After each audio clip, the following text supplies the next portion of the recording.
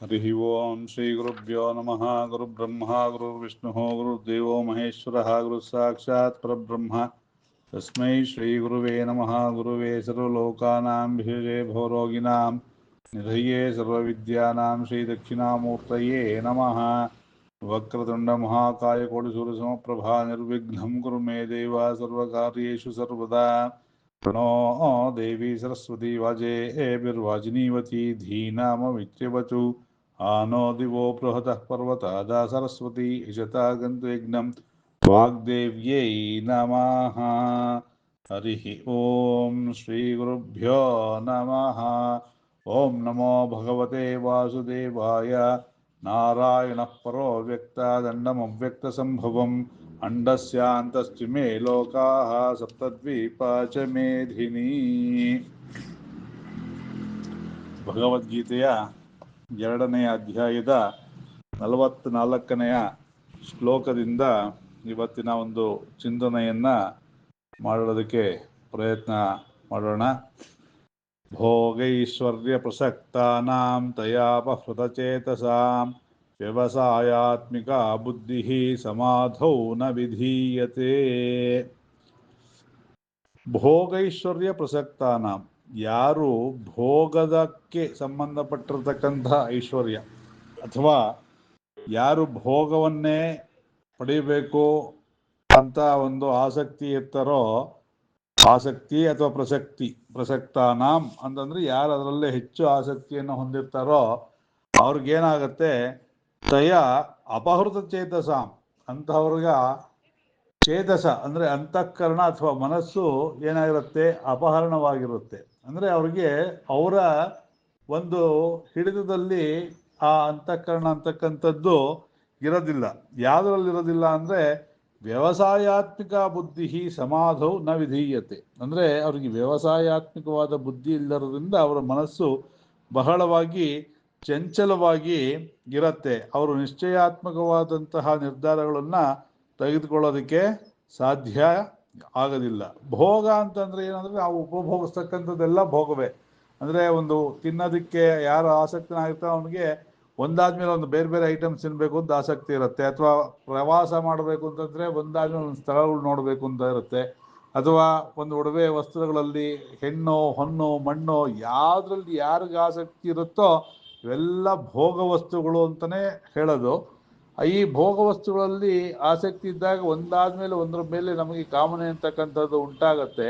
ಹಾಗಾಗಿ ಅವ್ರಿಗೆ ವ್ಯವಸಾಯಾತ್ಮಕ ಬುದ್ಧಿ ಅಂದ್ರೆ ನಿಶ್ಚಯಾತ್ಮಕವಾದ ಬುದ್ಧಿ ಅಂತಕ್ಕಂಥದ್ದೇ ಉಂಟಾಗೋದಿಲ್ಲ ಅಂತ ಹೇಳ್ತಾ ಇದ್ದಾನೆ ಶ್ರೀ ಕೃಷ್ಣ. ಹಾಗಾಗಿ ನೀನು ಯಾವ ಥರ ಇರಬೇಕು ಅನ್ನೋದನ್ನು ಅವನೇನೆ ಅರ್ಜುನನಿಗೆ ಉಪದೇಶವನ್ನ ಮಾಡ್ತಾ ಇದ್ದಾನೆ. ತ್ರೈಗುಣ್ಯ ವಿಷಯ ವೇದ ನಿಸ್ತ್ರೈಗುಣ್ಯೋ ಭವಾರ್ಜುನ ನಿರ್ದ್ವಂದ್ವೋ ನಿತ್ಯಸತ್ವಸ್ಥೋ ನಿರ್ಯೋಗಕ್ಷೇಮ ಆತ್ಮವಾನ್. ಅಂದ್ರೆ ಏನ್ ಹೇಳ್ತಾನೆ, ತ್ರೈಗುಣ್ಯ ವಿಷಯ ವೇದ.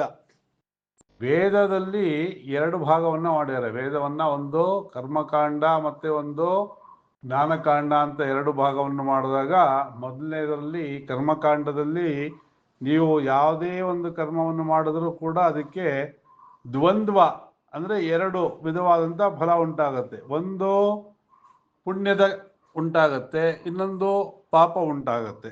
ಹಾಗಾಗಿ 2ಕ್ಕೂ ಆ ಫಲವನ್ನ ಅನುಭವಿಸ್ಲೇಬೇಕಾಗತ್ತೆ. ಹಾಗಾಗಿ ನೀನೇನಾಗು ಅಂತ ಹೇಳ್ತೀಯಾನೆ, ಒಂದು ವೇದ ನಿಸ್ತ್ರೈಗುಣ್ಯೋ ಭವಾರ್ಜುನ. ವೇದ ಅಂತಂದ್ರೆ ಒಂದು ಜ್ಞಾನ ಅಂತನೂ ಅರ್ಥ ಆಗತ್ತೆ, ಇನ್ನೊಂದು ವೇದಗಳಿದೆಯಲ್ಲ ಋಗ್ವೇದ ಯಜುರ್ವೇದ ಸಾಮವೇದ ಅಥರ್ವಣ ವೇದ ಅದು ಕೂಡ ಆಗತ್ತೆ. ಹಾಗಾಗಿ ಇಲ್ಲಿ ನಿಸ್ತ್ರೈಗುಣ್ಯೋ ಭವಾರ್ಜುನ, ನೀನು ಗುಣಕ್ಕೆ ಅತೀತನಾಗಿರು. ನಿಸ್ತ್ರೈಗುಣ್ಯ ಅಂತಂದ್ರೆ 3 ಗುಣಗಳನ್ನು ಬಿಟ್ಟವನು, ಆ ಗುಣಕ್ಕಿಂತ ಅತೀತನಾಗಿರು. ನಿರ್ದ್ವಂದ್ವೋ ನಿತ್ಯಸತ್ವಸ್ಥೋ. ದ್ವಂದ್ವ ಅಂತಂದ್ರೆ 2 ಅಂತ ಅರ್ಥ.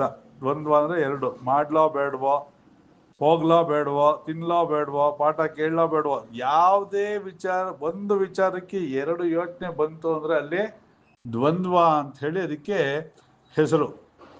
ಹಾಗಾಗಿ ನೀನು ಏನಾಗಬೇಕು, ನಿತ್ಯ ಸತ್ವಸ್ಥೋ ಅಂದ್ರೆ ನೀನು ನಿತ್ಯವೂ ಸತ್ವದ ಒಂದು ಗುಣವನ್ನ ಆಶ್ರಿತನಾಗಿ, ಸತ್ವಗುಣದಲ್ಲಿ ಆಶ್ರಿತನಾಗಿ ಇದೆ ಅಂದ್ರೆ ಒಂದು ಸ್ಟೆಪ್ ಅದು.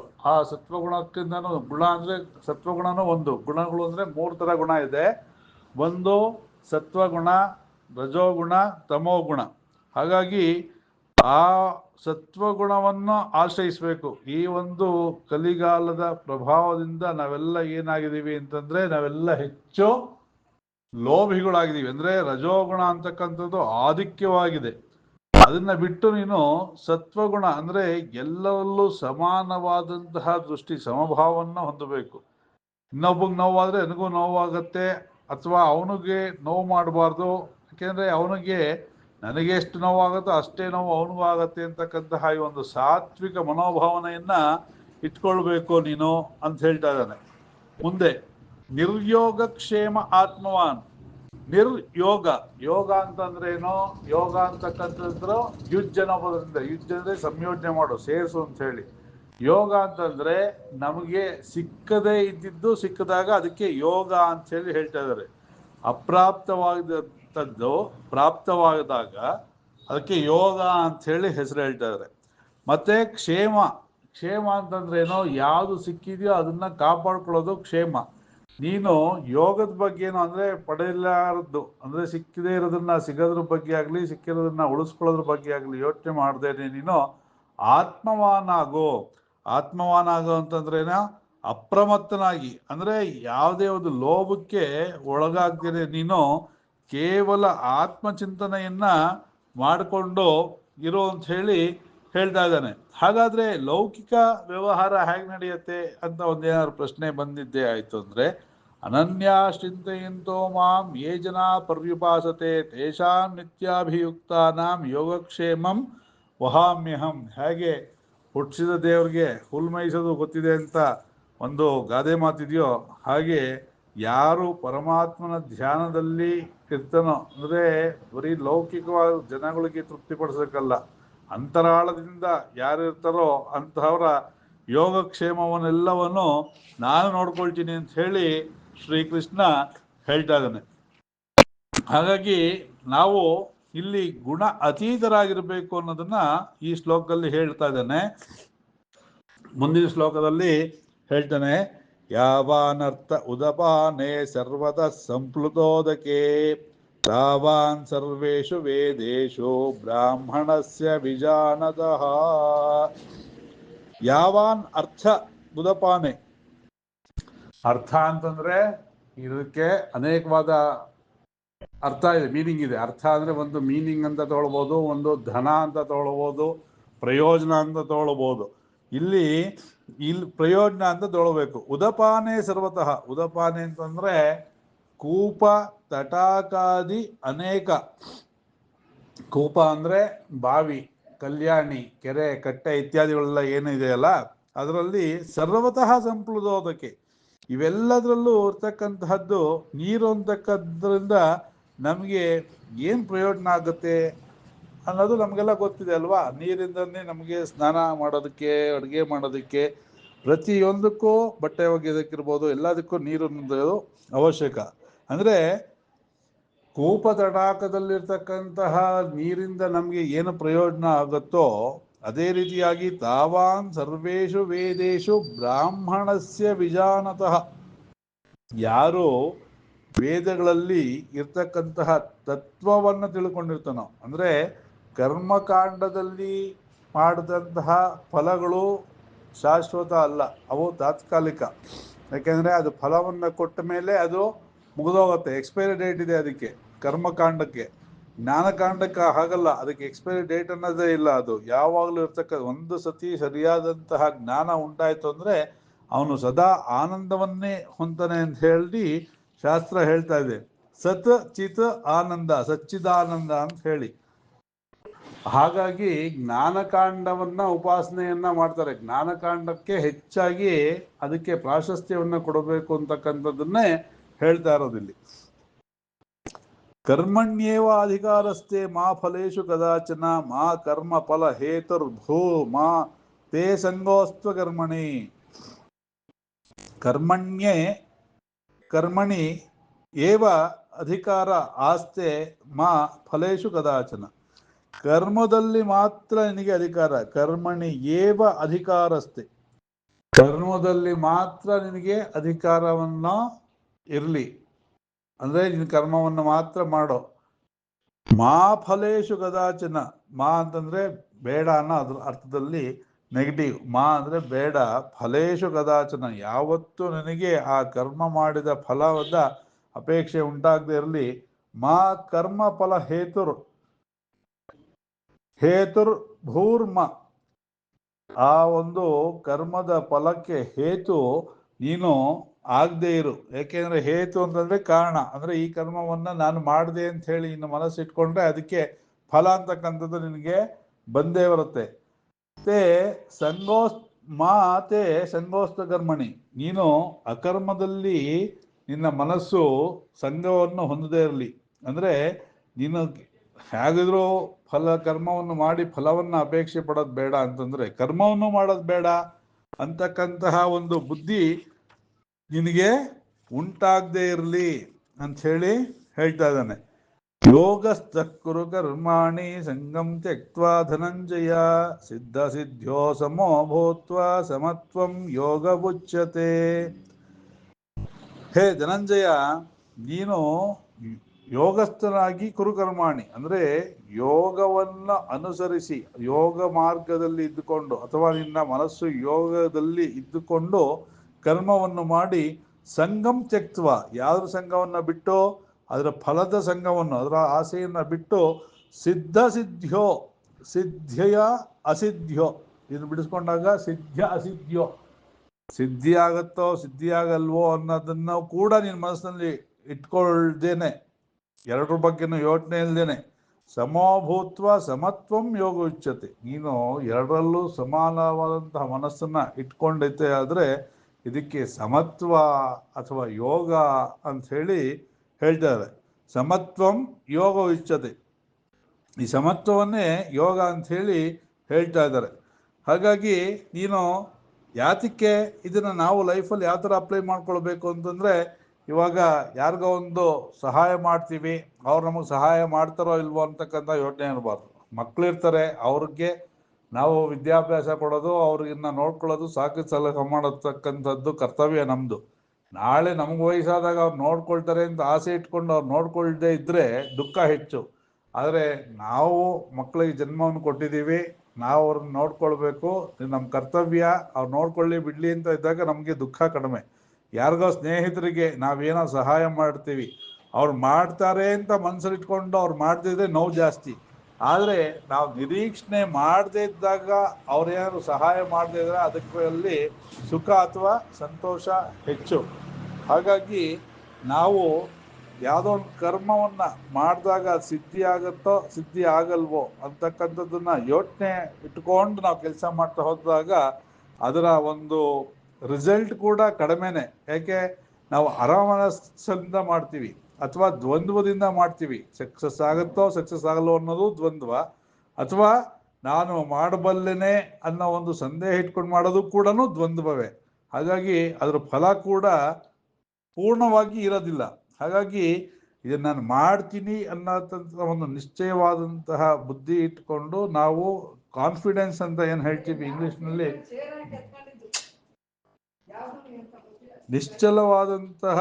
ನಿಶ್ಚಯವಾದಂತಹ ಬುದ್ಧಿ ಇಟ್ಕೊಂಡು ನಾವು ಕೆಲಸವನ್ನ ಮಾಡಬೇಕು ಅಂಥೇಳಿ ಕೃಷ್ಣ ಹೇಳ್ತಾ ಇದ್ದಾನೆ. ದೂರೇಣ ಹೆವರಂ ಕರ್ಮ ಬುದ್ಧಿಯೋಗ ಧನಂಜಯ ಬುದ್ಧೌ ಶರಣಮನ್ವಿಚ್ಚ ಕೃಪಣ ಫಲಹೇತವ. ಹೇ ಧನಂಜಯ, ಇಲ್ಲಿ ಕೀಳಾದ ಕರ್ಮ ಬುದ್ಧಿಯೋಗಕ್ಕಿಂತಲೂ ದೂರವಾಗಿರುವುದು.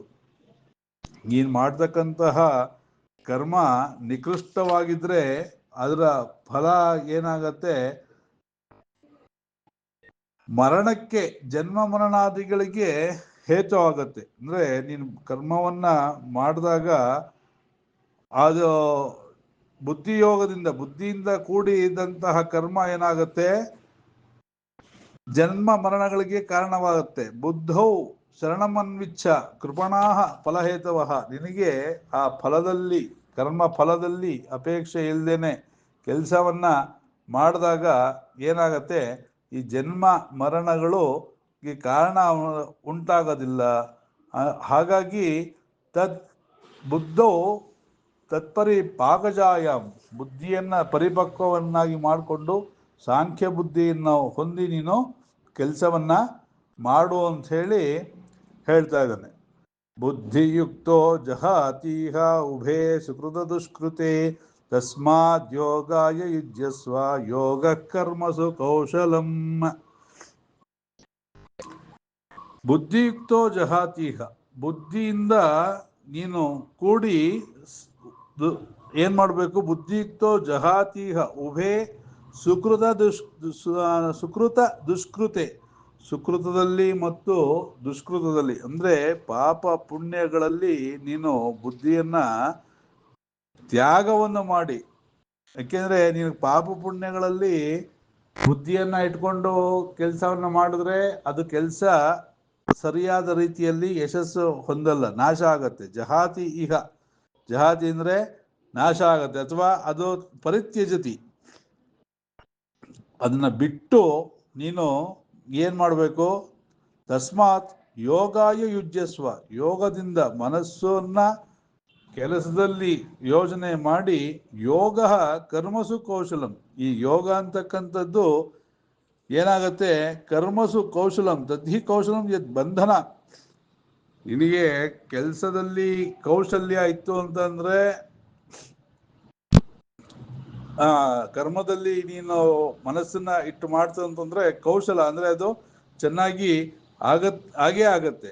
ಹಾಗಾಗಿ ತದ್ಹಿ ಕೌಶಲಂ ಯದ್ ಬಂಧನ ಸ್ವಭಾವ ಅನ್ಯಪಿ ಕರ್ಮಾಣಿ ಸಮತ್ವ ಬುದ್ಧಿಯ ಸ್ವಭಾವಾತ್ ನಿವರ್ತಂತೆ. ಹಾಗಾಗಿ ನಿನಗೆ ಆ ಒಂದು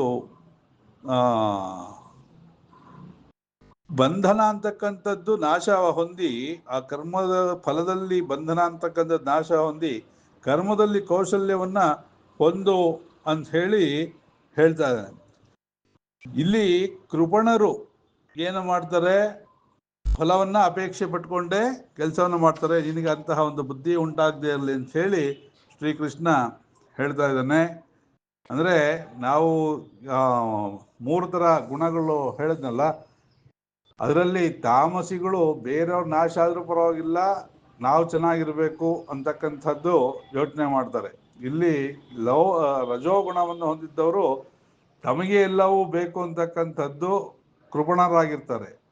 ಸಾತ್ವಿಕರಾಗಿದ್ದವರು ಎಲ್ಲರಿಗೂ ಸುಖವನ್ನ ಸಮಾಧಾನವನ್ನ ಬಯಸ್ತಾರೆ. ಹಾಗಾಗಿ ಸಮತ್ವ ಬುದ್ಧಿ, ಸಾತ್ವಿಕ ಬುದ್ಧಿ ಅಂತಂದ್ರೆ ಸಮತ್ವವನ್ನೇ ಹೊಂದತ್ತೆ ಎಲ್ಲದರಲ್ಲೂ. ಹಾಗಾಗಿ ಸಮತ್ವವನ್ನ ಹೊಂದಿ ನಾವು ಕೆಲಸವನ್ನ ಮಾಡಬೇಕು ಅಂತ ಹೇಳಿ ಹೇಳ್ತಾರೆ. ಇಲ್ಲಿ ನಮಗೆ ಕರ್ಮ ಫಲ ಯಾವ ಥರ ಇರಬೇಕು ಅಂತಂದ್ರೆ, ಒಂದು ಮಹಾಭಾರತದಲ್ಲಿ ಕತೆ ಬರುತ್ತೆ. ಒಂದು ಕುರುಡು ದುಷ್ಟ ಮೃಗ ಇರುತ್ತೆ. ಆ ದುಷ್ಟ ಮೃಗ ಒಂದು, ಅದು ಕುರುಡಾಗಿರುತ್ತೆ ಅಂತಕ್ಕಂಥದ್ದು ಒಂದು. 2 ದೃಷ್ಟಿ ಇಟ್ಕೊಂಡಾಗ ನಮಗೆ ಏನು ಅಂತಂದ್ರೆ, ಅದು ಕುರುಡಾಗಿದ್ದು ಕೂಡ ದುಷ್ಟವಾಗಿ ಬೇರೆ ಬೆಳೆಗಳನ್ನೆಲ್ಲ ನಾಶ ಮಾಡೋದು, ಬೇರೆ ಬೇರೆ ಪ್ರಾಣಿಗಳು, ಸಣ್ಣ ಪ್ರಾಣಿಗಳನ್ನೆಲ್ಲ ಕೊಂದು ಹಾಕೋದು, ತಿಂದಾಕೋದು, ಈ ಥರ ಮಾಡ್ತಾ ಇರುತ್ತೆ. ಈ ಥರ ಇದ್ದಾಗ ಒಬ್ಬ ಅವನು ಜ್ಞಾನಿ, ಸರಿಯಾದಂತಹ ಜ್ಞಾನವನ್ನು ಹೊಂದಿರ್ತಕ್ಕಂಥವ್ನು ಏನ್ ಮಾಡ್ತಾನೆ, ಆ ಮೃಗವನ್ನ ಸಂಹಾರ ಮಾಡ್ತಾನೆ, ಸಾಯಿಸ್ತಾನೆ. ಅವಾಗ ಅವನಿಗೆ ಪುಷ್ಪವೃಷ್ಟಿ ಆಗುತ್ತೆ ಅಂತ ಹೇಳಿ ಹೇಳ್ತಾರೆ. ಯಾಕೆ ನಾನು ಸಂಹಾರ ಮಾಡೋದು ನನಗೆ ದೋಷ ಉಂಟಾಗತ್ತೆ ಅಂತ ಅವನು ಯೋಚನೆ ಮಾಡಲಿಲ್ಲ. ಇದನ್ನ ಸಂಹಾರ ಮಾಡೋದ್ರಿಂದ ಬೇರೆಯವ್ರಿಗೆ ಆಗ್ತಕ್ಕಂತಹ ತೊಂದರೆಯನ್ನ ತಪ್ಪಿಸ್ಬೋದು ಅಂತ ಹೇಳಿ ಯೋಚನೆ ಮಾಡ್ದ. ಹಾಗಾಗಿ ಆ ಕರ್ಮದ ಫಲ ನನಗೆ ಕೆಟ್ಟದ್ದಾಗತ್ತೆ ಅನ್ನೋದಕ್ಕಿಂತ ಬೇರೆಯವ್ರಿಗೆ ಒಳ್ಳೇದಾಗತ್ತೆ ಅನ್ನೋದನ್ನ ಯೋಚನೆ ಮಾಡಿ ಕರ್ಮವನ್ನ ಮಾಡಿದಾಗ ಅವ್ರಿಗೆ ಶುಭ ಫಲವೇ ಉಂಟಾಯ್ತು ಅಂತ ಹೇಳಿ ಹೇಳ್ತಾರೆ. ಹಾಗಾಗಿ ನಾವು ಯಾವುದೇ ಒಂದು ಕರ್ಮವನ್ನ ಮಾಡಬೇಕಾದ್ರೆ ಕರ್ಮದ ಫಲವನ್ನ ಯೋಚನೆ ಮಾಡದೆ ಆ ಕರ್ಮವನ್ನ ಮಾಡಿದ್ರಿಂದ ಒಳ್ಳೇದಾಗತ್ತೆ ಅನ್ನೋ ಸದ್ಬುದ್ಧಿಯಿಂದ, ಮತ್ತೆ ನಾನು ಮಾಡಬಲ್ಲೆ ಅಂತಕ್ಕಂತಹ ಒಂದು ದೃಢ ವಿಶ್ವಾಸದಿಂದ, ಕಾನ್ಫಿಡೆನ್ಸ್ ಇರಬೇಕು, ಓವರ್ ಕಾನ್ಫಿಡೆನ್ಸ್ ಇರಬಾರ್ದು, ಅತಿಯಾದಂತಹ ವಿಶ್ವಾಸ ಇರಬಾರ್ದು. ವಿಶ್ವಾಸ ಇರಬೇಕು, ಅತಿ ವಿಶ್ವಾಸ ಸರ್ವತ್ರ ವರ್ಜಯೇತ್, ಅತಿ ಅಂತಕ್ಕಂಥದ್ದು ಅತಿ ಸರ್ವತ್ರ ವರ್ಜಯೇತ್ ಅಂತ ಹೇಳ್ತಾರೆ. ಹಾಗಾಗಿ ಈ ರೀತಿಯಾದಂತಹ ಒಂದು ಸಮಬುದ್ಧಿಯನ್ನು ಇಟ್ಕೊಂಡು ಕೆಲಸವನ್ನು ಮಾಡಬೇಕು ಅಂಥೇಳಿ ಹೇಳ್ತಾರೆ ಅಂತ ಹೇಳಿ ಇವತ್ತಿನ ಒಂದು ಚಿಂತನೆಯನ್ನು ಮುಗಿಸೋಣ. ನಾರಾಯಣ ಪರೋ ವ್ಯಕ್ತ ದಂಡಮವ್ಯಕ್ತ ಸಂಭವಂ ಅಂಡಸ್ಯಾಂತಸ್ತ್ವಿಮೇ ಲೋಕಾ ಸಪ್ತದ್ವೀಪಾ ಚ ಮೇದಿನಿ. ಓಂ ಸಹನಾ ಭವತು ಸಹನೋ ಭುನಕ್ತು ಸಹ ವೀರ್ಯಂ ಕರವಾವಹೈ ತೇಜಸ್ವಿನಾವಧೀತಮಸ್ತು ಮಾ ವಿದ್ವಿಷಾವಹೈ. ಓಂ ಶಾಂತಿ ಶಾಂತಿ ಶಾಂತಿ. ಶ್ರೀಕೃಷ್ಣಾರ್ಪಣಮಸ್ತು.